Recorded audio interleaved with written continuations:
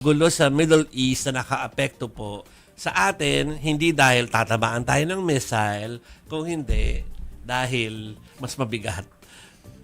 Tatamaan tayo ng increase. Tatamaan tayo ng Preso. increase. Buti ko malalim My mga gosh. bulsa. Pulang-pula Oo nga. Pulang-pula po sa TV namin yung mga increase ng oil price hike na tinatawag. Ano po, na magaganap ng March 17 to 19. May susunod pa yan, di ba? Oo.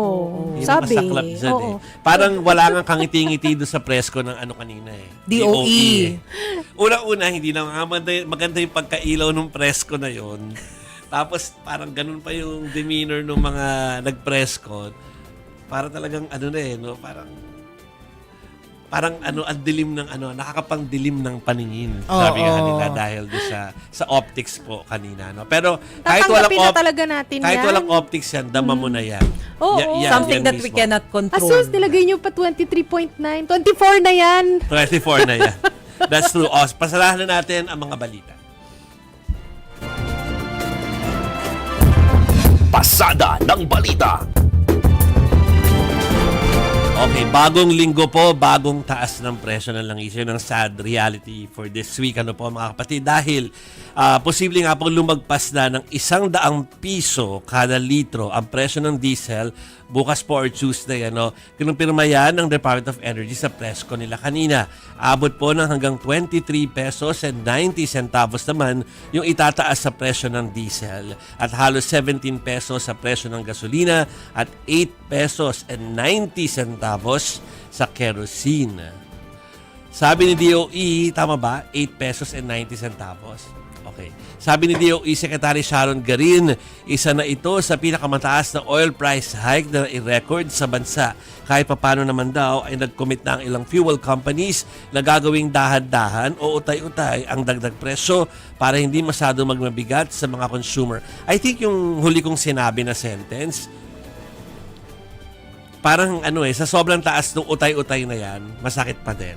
Hindi katulad ng mga dati na nag-i-increase ng staggered pero maliliit yung increase. Cents lang, kumbaga. Medyo malaki. Kung mag 1 peso 90 centavos dati sa diesel, umaaray na nga tayo kahit Sakit 2 na nga pesos nun Ngayon, abot na ng 24. Yes. Oh. Okay. Hindi naman siya nayayabang ako pero nagpagasolina ako kahapon. Tapos, ano Kasi experience? pawala na Oo. Bus ko, no? Halos sinasabi nung yung naggasap sa akin na parang hindi na nga ganun karami nagpapagas. Dahil nakapagpagas na? Siguro nakapagpagas Or na baka sinasabi niya. nagtitipid. Or, yun, kumbaga, uubusin na muna kung ano yung meron sila. Hindi na muna gagastos. Kanina bago tayo nagsimula ng programa natin, ang usapan namin dito kung saan magandang magpagasolina na mas mura.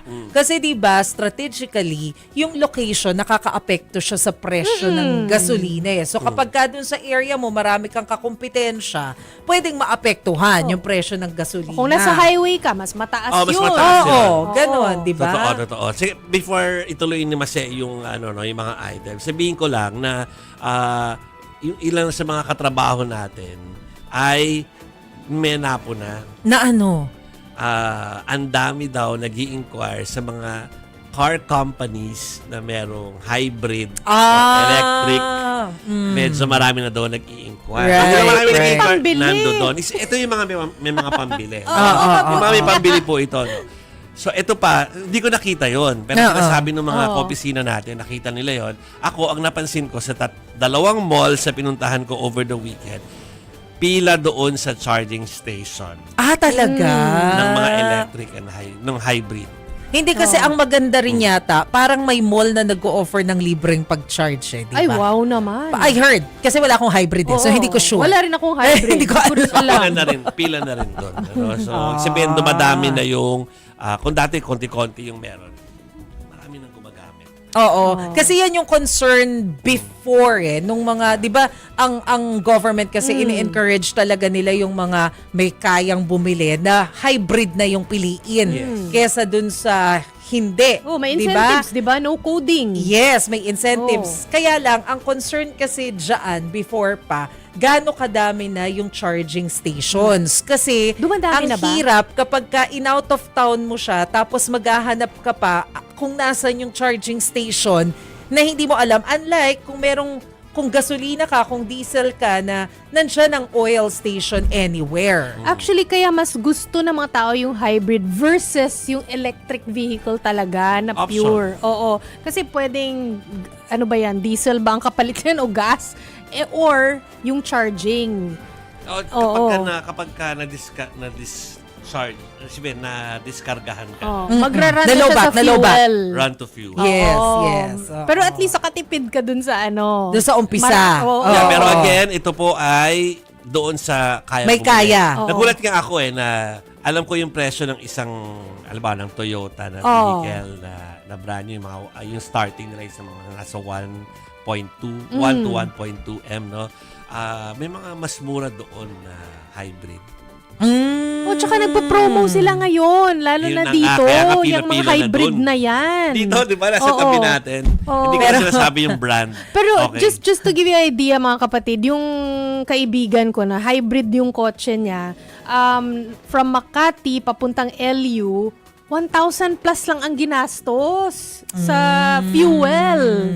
Pero 1,000. again, yan po yung may mga pera Oo, na mga pambili ng May hybrid. nakatago. May nakatago mga ngayon na nakatago. pwede nang bumili. Pero kasi alam naman natin na na hindi natin kaya lahat gawin yan. Hindi kami Oo, pumipila. tayo dito lang tayo sa Hindi kasi may... Ito muna, nanonood meron lang po kami ng mga nakapila, hindi namin kaya Pila pumila. kami sa gasolinahan. Sinabi ni Chiki La Union Parang ngayon yata mag-iisip ka kung magka-out of town ka Isa pa yun. Sa mahala, no?